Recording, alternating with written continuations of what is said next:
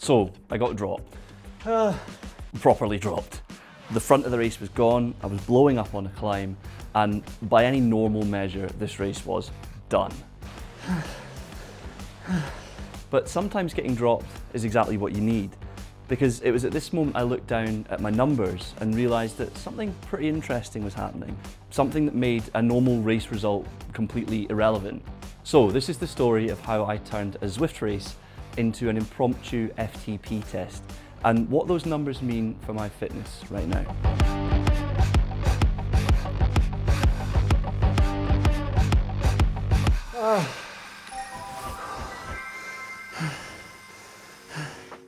The course this week was stage 1 of the PA Racing Championship, the Jungle Circuit. This course is defined by two main factors. Firstly, it's mostly gravel, which means a meaningful power penalty. For any amount of power you're putting in, your speed will be lower, and therefore drafting isn't as effective. And secondly, there's a moderate climb right in the middle of the race. It's not an absolute killer by racing standards, but it is enough to potentially blow up any group that forms at the start. Coming into this race, neither of those things particularly suited me.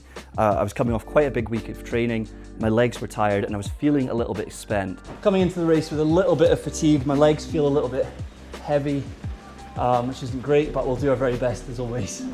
Safe to say I wasn't hoping for a heroic result, but I was hoping to stay near the front, be competitive, and just sort of see what happened. It's been a wee while since I finished near the sharp end of a race, so I'm hoping for at least a halfway decent performance today. The plan is, as always, just to stay in the front third of the group if I can, and the finish on this course is just slightly uphill, so it'll be a kind of uphill sprint for the line if we get there in a good position.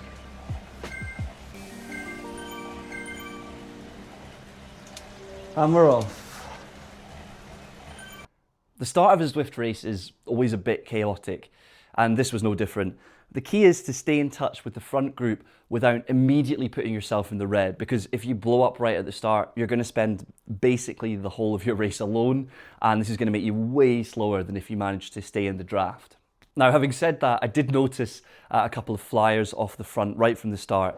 I don't really know whether it's worth trying to chase off those flyers at the front.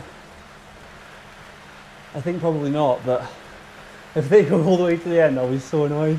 I decided to be a bit more tactical and stay in the group. In my experience, solo flyers, especially so early on in the race, very rarely make it to the end, and unless there's a group with them, they'll normally get reeled back in. So I decided to save some power and stick with the bunch. The start of this race went pretty hard, the pace was high, and my power numbers for me were pretty high. You can see we're spending a lot of time in the orange and the red. But in spite of this, I was kind of feeling okay. Feeling decent so far. We're in the front group, minus the flyer off the front. I'm feeling okay, so see how that goes once we get to the climb. I knew that the climb was to come, and this is where, for me, this race was going to be won or lost. Okay, here comes the climb. I'm just going to try and hang on as best I can. The heart rate's creeping up. Now, if you've watched this channel before, you'll know that climbing isn't exactly my strongest suit. I'm a bigger rider. My power to weight ratio is okay, but it's not the best. And on anything with a bit of a gradient, the pure climbers just sort of float away from me. I did give it absolutely everything on this climb to try and stay in contention. My heart rate was screaming, my legs were burning, the sweat was pouring, but in spite of my best efforts, the lead group did just start to drift away from me as we got towards the top of the climb. Starting to struggle. I kind of lost the front group. It's always so disheartening to see, but unfortunately for me, it's a sight I'm fairly used to by now. What I will say though is that I didn't just sit up and accept it, and I didn't give up. I kept pouring on power, kept the legs turning, and kept trying to chase after that group. The problem with this approach is that I was towing a whole load of people behind me up the climb. So tactically, a little bit questionable, but it felt like the right thing to do at the time. But even so, as we neared the top of the climb, I realised that front group wasn't coming back, and my race, for the lead anyway, was essentially over. However, as we came over the crest of the climb, I realized that my average power so far had been really quite high for me, and we were nearing 20 minutes into this race, which meant I was very much on course to set a 20-minute power PB, and therefore I could gain a new FTP number. I could get a new FTP here. Now, quick explainer for anyone who's new to this. FTP stands for Functional Threshold Power, and it's basically an indication of what sort of power you can sustain for a prolonged period of time. You use this number to set your training zones, so how easy your easy rides should be, how hard your sort of intervals should be, and things like that. There's various different ways to test it, but the method that I've used so far is to take my 20-minute power and take 95% of that to indicate my FTP. Generally speaking, the higher your FTP, the fitter you are, at least when it comes to cycling. Now, I'd been knocking on the door of a new FTP for a few weeks. I'd had some really strong race numbers and some good training rides, which suggested that my power had taken a jump up, but I didn't have any concrete evidence of this yet. I didn't have a clean 20-minute power. And this race, while it seemed lost from a racing perspective, had kind of unexpectedly given me the chance to perform this 20-minute test. Safe to say that everything was already burning and I was pretty much on my max. I just needed to hold on till the clock ticked over 20 minutes. Now, I'm not gonna lie, this last few minutes went by extremely slowly and were extremely tough.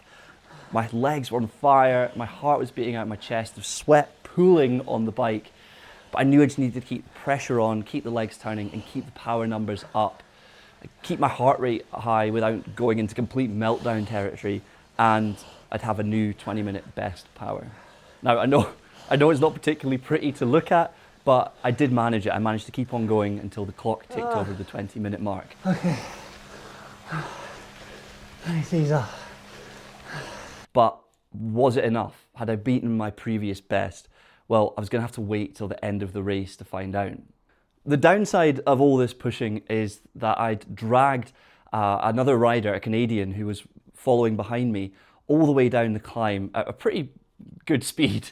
As soon as I took a second to recover, it opened the door for him, which he gladly walked through and breezed straight on by me, although he was kind enough to give me a wee thumbs up on the way by to say thanks for the tow. So there's that. Now, my relief at having crossed over the 20-minute mark and hopefully secured a new 20-minute power PB was short-lived, because I now had a new problem. The guys that I dropped coming down the hill with this power effort were in a group, and they were about 12, 13 seconds behind me, and they were coming back. I was out on my own, I was completely cooked, we were getting near the line, and even though the focus had shifted to the 20-minute power, I didn't want to have worked so hard to let them just breeze by me to the finish line. I was actually pretty pleased with the amount of residual power I had here. After a really short break, I was back on it and the power was still there, which is a marked improvement from last week's race. I managed to hold on and I came across the line in a sort of respectable, if not spectacular, 15th place. But for me in this race, the finishing position ended up not really being the point. I couldn't wait to get onto Strava to see if I'd managed it, so drum roll please. Here's the numbers. Look at that beautiful sight. New power PRs for 10, 15 and 20 minutes crucially. I was previously working with an FTP of 236 watts, but with this new 20-minute effort and taking 95% of that, I estimate around about 244, 245 watts now, which is a jump, honestly, that I'm really, really pleased with. Now, before we get too carried away, there is one caveat that's worth being honest about. For a 20-minute power FTP test, really you're meant to stay sitting the whole time. Standing recruits different muscles and it kind of muddies the data a little bit. So yeah, I can't really claim this as a fully clean FTP test. But here's my honest assessment. Even discounting the standing portions and being a little bit conservative about the numbers and what they mean, I do believe this represents a genuine step up in fitness. The standing was pretty minimal and my working FTP, I'm pretty confident, is now higher than it was. This is fantastic because it means that my training and all the things that I'm doing are pushing me in the right direction, which is really great to see. So what does it all mean? Well, it means harder training, basically. Getting a new FTP is kind of a double-edged sword. It means that the work you've been doing has been making you stronger, but you now need to bump up your power numbers and intervals and things to reflect this newfound fitness. I'm currently training for an event called the Étape Caledonia. It's an 85-mile sportive through the Highlands of Scotland, including a climb over a mountain called Schiehallion. It's going to require a lot of muscular endurance, so that's what I've been working on. But with these new numbers, it's a really promising sign that my fitness is moving in the right direction, and hopefully we're going to have a really positive event. I'm going to keep racing, training and learning on this channel, and real world events are getting closer. If you want to follow how everything goes, you know where the subscribe button is. There's a lot more to come. In the meantime, thanks so much for watching. I'll see you in the next one.